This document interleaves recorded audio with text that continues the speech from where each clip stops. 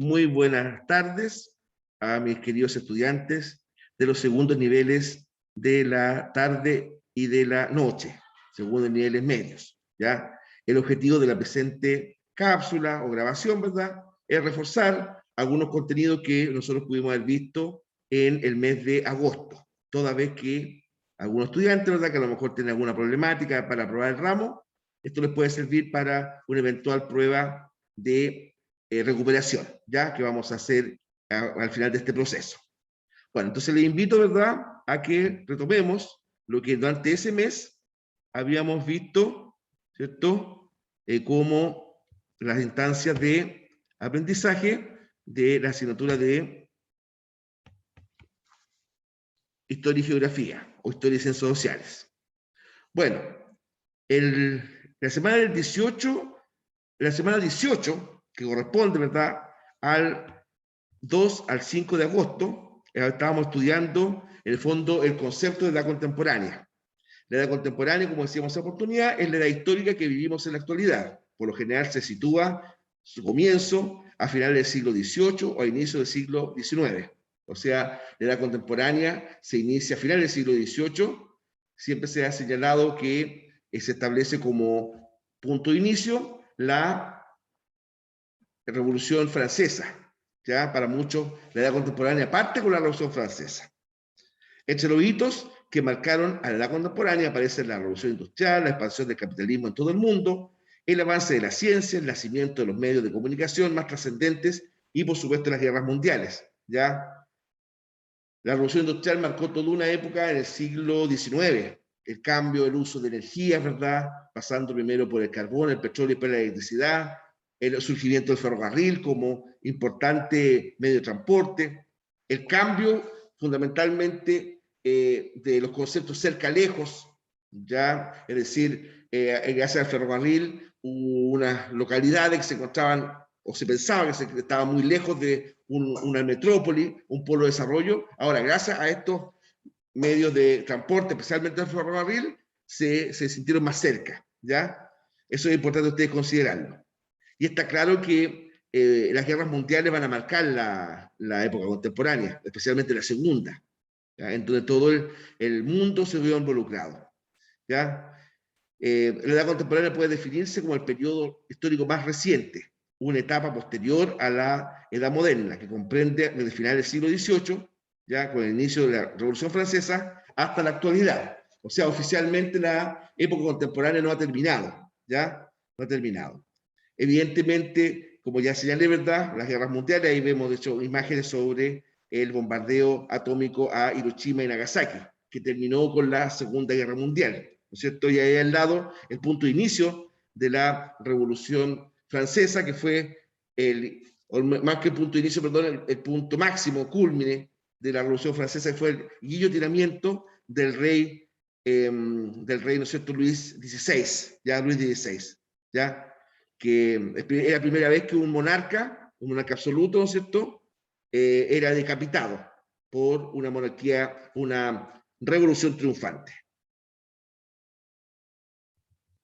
Ya ahí tenemos la doble revolución, no es otra cosa que el proceso completo de Revolución Francesa y Revolución Industrial, ya como ahí aparece. Fue un proceso de transformación a escala mundial, en el que además de ascender al poder la burguesía, aparece el socialismo y el comunismo como reacción contra de la nueva posición de dicha clase social, ¿ya? Esa es la doble revolución. Ahora, la revolución industrial es el proceso de transformación económica y social, tecnológica, que se inició en la segunda mitad del siglo XVIII. Esto parte en Inglaterra, Reino de Gran Bretaña, y después, ¿no es cierto?, se traslada a Europa Occidental, Francia, España, Alemania, ¿verdad?, en mayor medida Holanda, Bélgica, ¿no es cierto?, y también América anglosajona, especialmente Estados Unidos y Canadá. Y esto va a concluir, ¿no es cierto?, entre 1820 y 1840. Durante este periodo se vivió el mayor conjunto de transformaciones económicas y tecnológicas, sociales también, de la historia de la humanidad, desde el Neolítico, que vio el paso desde una economía rural basada fundamentalmente en la agricultura y el comercio, a una economía de carácter urbano, industrializada y mecanizada. Eso también hay que señalarlo claramente, ¿ya? Entonces la revolución industrial Entonces fue un proceso de transformación económica, social, tecnológica, que se inició en la segunda mitad del siglo XVIII. Esto fue en Inglaterra. Ya, bueno, habíamos dicho, ¿cierto?, que la Revolución Francesa, que nace como un intento de la monarquía francesa, cosa increíble, ¿eh? En la primera etapa de la Revolución Francesa son los propios monarcas, especialmente Luis XVI, que convoca a los estados generales, es decir, una asamblea que estaba compuesta de la nobleza, representantes de la nobleza, el clero, gente de iglesia, y del tercer estado, que era un grupo muy heterogéneo, representaba más o menos 32 millones de franceses. ¿Se cuenta? Ahí estaban burgueses, campesinos. No pensemos equivocadamente que el tercer estado era un grupo de gente modesta, vulnerable. Lo había, ciertamente, pero también gente de mucho poder económico. Bueno, el tercer estado estaba muy descontento porque no tenían participación alguna en el gobierno, ¿ya? No tenían participación alguna. Y la Revolución Francesa va a terminar con Napoleón Bonaparte, con el Imperio Napoleónico, ¿verdad? Hacia 1815. Para muchos autores, el imperio de Napoleón Bonaparte ya no formó parte de la Revolución Francesa, que la Revolución Francesa llegó hasta el directorio, ¿cierto? El imperio napoleónico es una etapa distinta, pero también hay que decir que Napoleón Bonaparte, ¿verdad?, y su gobierno y su monarquía, porque eso fue, ¿cierto?, una monarquía de tipo absolutista, ¿no es cierto? Pero igual, a pesar de que era un gobierno tipo monárquico, ¿verdad?, de todas maneras, proclamaba los ideales de la Revolución Francesa. De hecho, se siguió usando la bandera de la Revolución Francesa. Ahora, ¿qué se entiende por colonialismo europeo? Ya fue un periodo de expansión de las principales potencias europeas por distintos continentes como Asia, África, algo América, aunque me lo diga Oceanía mucho. ¿Ya? Países que practicaron el colonialismo e imperialismo fueron Bélgica, Francia, Reino Unido, España, Portugal, Alemania, Italia, Rusia, Dinamarca y Países Bajos. Aunque evidentemente el país o el reino que logró construir un imperio colonial más importante, estando presente en todos los continentes, ¿verdad?, fue Inglaterra, el Reino Unido. Ya aquí hitos importantes, aquí distintos monarcas europeos, incluso se le suma el representante de Japón, ¿verdad?, el sultán de Turquía, el Kaiser alemán, mirándose muy feo con la reina Victoria, pero se siguen repartiendo el mundo. El zar ruso ahí. Entonces, era bien complicado. Acá una imagen de la cultivo, ¿no es cierto?, las repúblicas tropicales, ¿ya? Repúblicas tropicales. Acá, soldados europeos, oficiales, mejor dicho, por los cascos ahí tenemos un soldado alemán, un oficial alemán, ¿verdad?, tal vez francés, inglés, y acá un vigía de un país colonializado, ¿verdad? Colonizado, ¿no es cierto?, que está vigilando. ¿Se dan cuenta? Entonces, eso también, esta foto también indica, o esta imagen, ¿verdad?, también indica el grado de dominio que llegaron los europeos a tener, ¿verdad?, por así decirlo, el dominio del mundo. Bueno, también dentro de los hitos de la contemporánea, el liberalismo político y socialismo, ¿verdad? El liberalismo político, ¿no es verdad?, establece que el Estado debe estar reducido a la mínima expresión en materia económica. Y de alguna forma, el liberalismo clásico es como una suerte de reacción frente a la revolución industrial. Aboga por las libertades civiles con un gobierno limitado bajo el imperio de la ley y la creencia que la economía política ya fundamentalmente debe basarse en el libre mercado. Para los liberales clásicos, el Estado no debe intervenir en política, solamente debe ser como el garante que las fuerzas vivas económicas en el mercado, como conjunto de transacciones, ¿verdad?, hacen la economía. Bueno, y en materia, ¿verdad?, del socialismo, es una corriente filosófica política, económica y social que abarca una gama de sistemas socioeconómicos caracterizados por la propiedad social y los medios de producción, ¿no es cierto? Según la RAE, la Real Academia Española de la Lengua, ¿verdad?, define el término socialismo como, comillas, un sistema de organización social y económica basado en la propiedad y administración colectiva o estatal de los medios de producción y distribución, ¿ya? O sea, de acuerdo al socialismo, los medios de producción deben estar en manos del Estado, ¿ya? Entonces, en la época contemporánea surgen dos grandes vertientes políticas, el liberalismo y el socialismo. Ya, esa es la segunda, el liberalismo-socialismo. El creador representante más importante del liberalismo, Adam Smith, con su libro La riqueza de las naciones. En cambio, el más importante representante del socialismo, ¿verdad?, fue ciertamente Karl Marx. De ahí deriva la vertiente marxismo. ¿Qué se entiende por paz armada? Fue un periodo de la historia política de Europa que se extiende desde el fin de la Guerra Franco-Prusiana hasta el inicio de la Primera Guerra Mundial, que se caracteriza por el fuerte desarrollo de la industria bélica de las potencias y por la creciente tensión de las relaciones internacionales. Todos se estaban preparando para la guerra, aunque todos querían defender la paz. Y al final se produjo una tremenda guerra. ¿Cuándo comienza la Primera Guerra Mundial, verdad?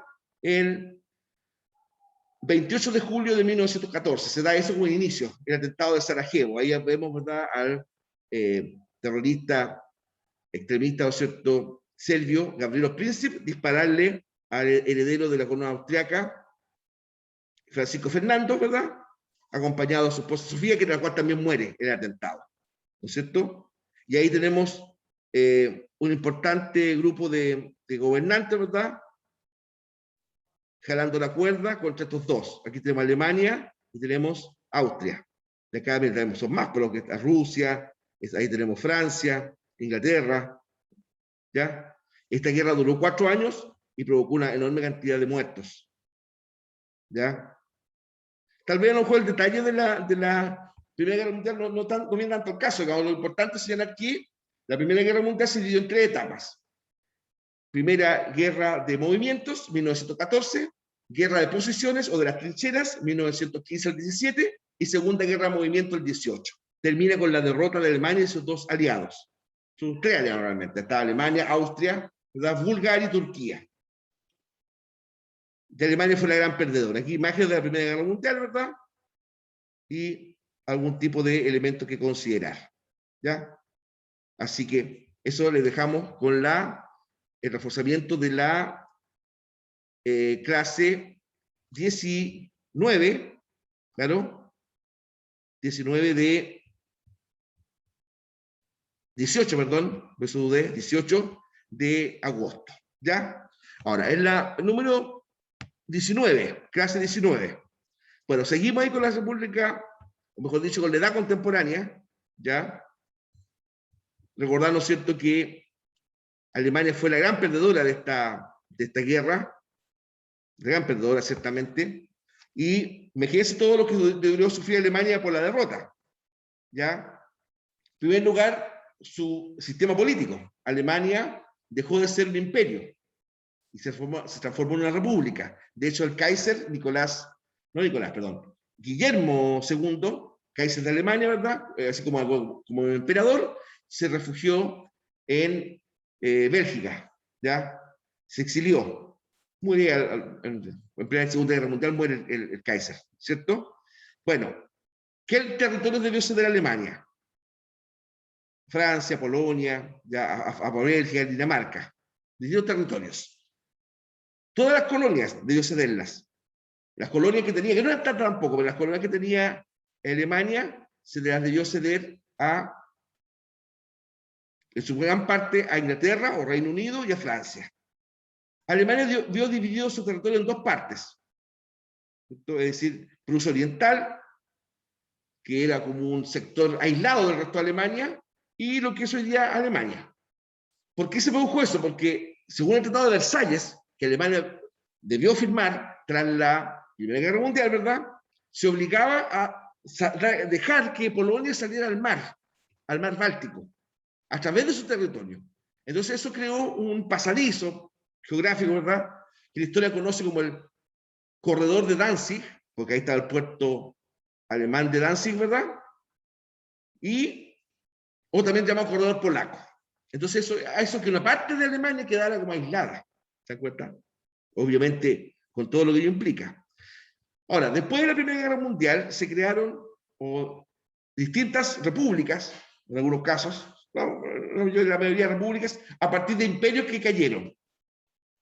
3 repúblicas y un gobierno totalitario. Por ejemplo, Alemania, ¿verdad?, el imperio alemán fue reemplazado por una república parlamentaria, con presidente y canciller, la llamada República de Weimar.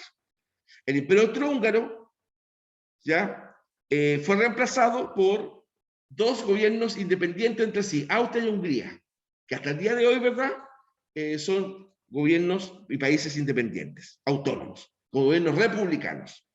Rusia pasa a ser de un estado autocrático, monárquico, ¿verdad? Como era el gobierno del zar Nicolás II, a ser un régimen de tipo totalitario.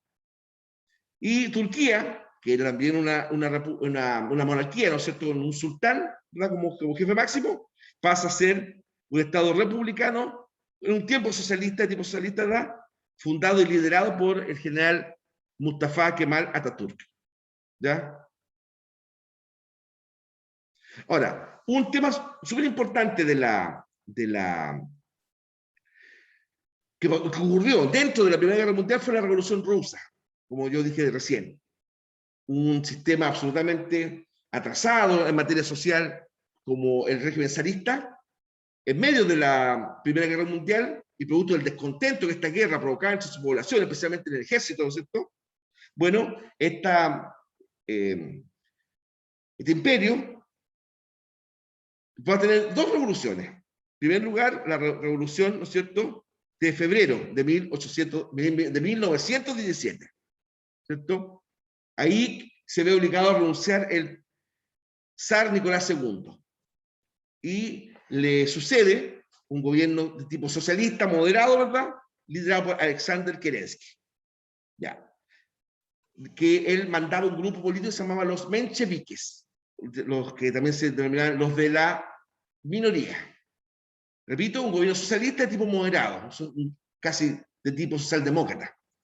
Bueno, uno de los graves errores que comete Alejandro Kerensky, ¿verdad?, es que decide cumplir con las obligaciones de Rusia con sus aliados, es decir, con Francia e Inglaterra, y no se sale de la guerra, lo cual provocó que mucha gente se sintiera decepcionada de este gobierno provisional y buscara un gobierno más extremo. Y por eso se produce una segunda revolución, ¿cierto?, de acuerdo al calendario que se usaba en Rusia en ese instante, el calendario juliano, ¿verdad?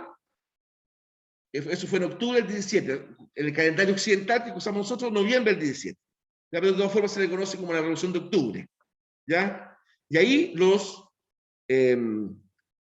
bolcheviques, ¿ya?, apoyados por el general Kornilov, jefe de gobierno, derrocan a los mencheviques, liderados por Kerensky, y se entabla un gobierno revolucionario extremo, liderado por Vladimir Lenin. ¿Ya? Y una de las primeras cosas que hace Lenin fue retirarse de la guerra, de la Primera Guerra Mundial. También se los llamaba a los bolcheviques los exaltados. Ahora, ¿qué consecuencias trajo la Revolución Rusa? En primer lugar, se dio lugar a un cambio social, político y cultural que marcó un antes y un después en Rusia. O sea, imagínate, Rusia nunca más fue la misma en todo el siglo, prácticamente todo el siglo XX, porque Rusia vino a recuperar su libertad por política, digamos, con el que cayó el muro de Berlín. 1989 el muro de Berlín, 91 la caída de la Unión Soviética, o sea, prácticamente todo el siglo XX. ¿Ya? Se logró derrocar a un régimen imperial zarista y así se impuso el primer Estado socialista del mundo bajo el mandato de Vladimir Lenin y su gobierno bolchevique. En 1922 surgió la Unión Soviética, la cual tendría un gran poder a nivel mundial hasta su disolución en el año 91. El año 22, que 5 años después, nace la Unión Soviética como potencia. Si bien se logró destruir al gobierno absolutista, comenzó un periodo en el que se reprimía a cualquier persona que estuviese en contra del gobierno comunista. O sea, aquellos rusos que pensaron que con los comunistas iban a ganar libertad, no solamente lograron libertad, sino que la opresión que hizo el gobierno comunista fue peor que la del zar Nicolás II. ¿Ya? Las religiones se vieron debilitadas, ya que se prohibió profesar cualquier religión y se incitó al ateísmo, es decir, no creer en Dios. Ahí tenemos 4 protagonistas de este tiempo: Kerensky, Lenin, Trotsky, Stalin, ¿verdad? Entre Trotsky y Stalin después se produce una pugna por la sucesión de Lenin, pugna que gana Stalin, ¿verdad? Y a los años después Trotsky es asesinado por orden de Stalin en México. En México. ¿Ya? Bueno, y vamos acá. La tercera diapositiva de la contemporánea, ¿cierto? ¿Qué son los totalitarismos? Ya, totalitarismo es el término por el que se conoce a la ideología, los movimientos, los regímenes políticos, donde la libertad está seriamente restringida y el Estado ejerce todo el poder sin divisiones ni restricciones. Ya, características del totalitarismo. Por ejemplo, los totalitarismos o regímenes totalitarios se diferencian de otros regímenes autocráticos por ser dirigidos por un partido político que pretende o se comporta en la práctica como partido único y se funde con las instituciones del Estado. Es decir, en estos regímenes, ¿verdad?, decir partido comunista o partido único es lo mismo que decir Estado. Por eso dice ahí que la nomenclatura, la estructura del partido se confunde, se mezcla, se diluye, o por otra parte, absorbe a la nomenclatura del Estado estatal. Estos regímenes exaltan la figura de un personaje que tiene un poder ilimitado, lo que se llamó en política el culto a la personalidad, que alcanza todos los ámbitos y se manifiesta a través de la autoridad ejercida jerárquicamente. Impulsan un movimiento de masas en el que se pretende encuadrar a toda la sociedad con el propósito de formar una persona nueva en una sociedad perfecta. Y hacen uso intenso de la propaganda y de distintos mecanismos de control social y de represión como la policía secreta. De hecho, en todos estos regímenes, ¿verdad?, la policía secreta fue muy importante. La KGB en Rusia o Unión Soviética, la Gestapo o la SS en Alemania nazi, ¿ya? No es exactamente lo mismo porque es una democracia, pero si hay un paralelo de una organización parecida en Estados Unidos, de esto que estoy hablando, sería la CIA, ¿no es cierto? La CIA. Y allí tenemos tres líderes de los totalitarismos europeos, ¿ya? El fascismo, el nazismo y el comunismo. El fascismo, su característica principal es que practica la violencia política para destruir a sus opositores, ¿ya? Y eso es común con el nazismo, la Alemania de Hitler, y el comunismo de la Unión Soviética de Stalin. El Estado se une con el partido único, ya, político. Eso mismo se da en el nazismo, el fascismo y el comunismo. Tal vez la única gran diferencia entre, por ejemplo, entre nazismo y comunismo es que el nazismo agrega fuertemente un sentimiento racial. Es un sistema racista que divide a la humanidad en razas superiores e inferiores, cosa que no ocurre en el comunismo, por ejemplo, en donde la idea base del comunismo es la lucha de clases, ¿cierto? Del proletariado, ¿verdad?, en contra de la burguesía. Eso es como ahí lo clave, ¿ya? Bueno, pero los tres exaltan la figura del caudillo. Mussolini en el caso del fascismo, Hitler en el caso del nazismo, Stalin en el caso del comunismo soviético, ¿ya? Y ahí, bueno, tenemos estos tres líderes, ¿verdad? Stalin, Mussolini y Hitler, ¿no es cierto?, los cuales representan tal vez una de las triadas más ignominiosas y detestables, ¿verdad?, y abominables de la historia.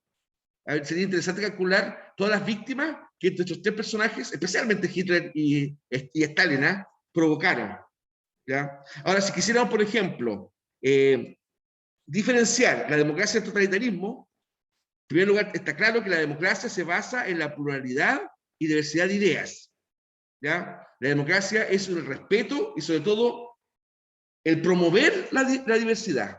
En cambio, el totalitarismo pretende uniformar a la población, a la sociedad, bajo una ideología y bajo un líder. En la democracia se basa en la división de poderes públicos, que ejercen distintas funciones. El Estado propició la existencia de diversos partidos políticos. En cambio, el totalitarismo, ¿ya?, los poderes públicos, todos, están controlados por el partido único y por el líder. No existe libertad ni para legislar, ni para juzgarlo. Claro, yo me acuerdo haber visto en películas, por ejemplo, especialmente, de tribunales de Alemania nazi, pero la mayoría de los jueces del Poder Judicial nazi eran pero nazis fanáticos. Yo me acuerdo cómo termina, si les doy ese dato, la película Operación Valquiria con Tom Cruise, que narra el atentado contra Hitler, el atentado que fracasó, ¿verdad? Bueno, los culpables son, comillas, juzgados por estos tribunales, pero la verdad es que no, la sentencia se está de antes, ¿ya?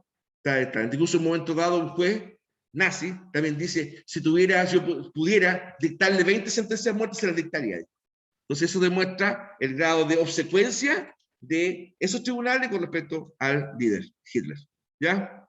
Los derechos fundamentales. Por ejemplo, en el caso de la democracia, los derechos y libertades públicas están garantizados por la Constitución. La Constitución garantiza, reconoce, impulsa, proyecta, defiende los derechos y garantías de las personas, las libertades públicas. En cambio, en un totalitarismo no están garantizadas las libertades públicas. El Estado persigue y elimina a sus opositores, controla los medios de comunicación, como es el caso, ¿no es cierto?, de Corea del Norte, como el caso de China, como el caso de Cuba, como el caso de Venezuela, como el caso de Nicaragua. ¿Ya? Estados que, sobre todo en Nicaragua y Venezuela y Cuba, tienen, comillas, a tipos de democracia. Ellos señalan, ¿verdad?, que celebran elecciones, ¿verdad? Pero está claro que no existen las mínimas condiciones de una competencia democrática, en donde puede ganar cualquiera. Ahí no. No es así, son dictaduras, disfrazadas de democracias. ¿Ya? Bueno, importante, ¿verdad?, que ustedes se acuerden de la crisis económica del 29, ¿verdad? Se produce por un pánico bursátil en la Bolsa de Nueva York, ¿no es cierto? Tras la Primera Guerra Mundial, una de las principales preocupaciones de los gobiernos occidentales era que el sistema comunista se detuviera, no se extendiera. Por este motivo, Estados Unidos poseía ya un sistema económico liberal, facilitó la entrega de préstamos y créditos a la mayoría de los países europeos para reconstruir sus economías. Durante este periodo, países tales como Suiza, Japón, Estados Unidos se enriquecieron como nunca en su historia. Pero hay que decirlo, esta prosperidad era solo aparente, ya que existía un fuerte endeudamiento a raíz del abuso del crédito. O sea, era un enriquecimiento irreal, porque se estaban en el fondo dilapidando reservas fiscales a partir de créditos. Cuando en toda sociedad se hace eso, nos espera pobreza. Nos espera pobreza. Si uno, en forma irresponsable, empieza a consumir ahorros, te espera pobreza. Y olvídense que un Estado te va a sacar de eso. ¿Estamos? Lo digo claramente, por si acaso, ¿eh? Que quede en acta.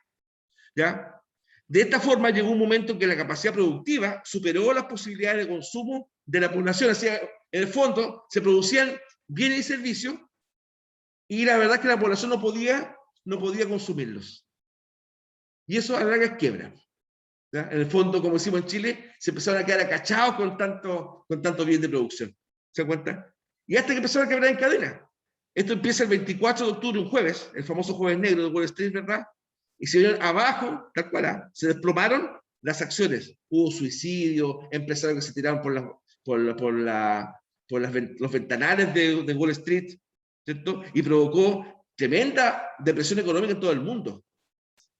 Ya, nunca Estados Unidos había visto ahí en su gran manzana lugares con ollas comunes, por ejemplo.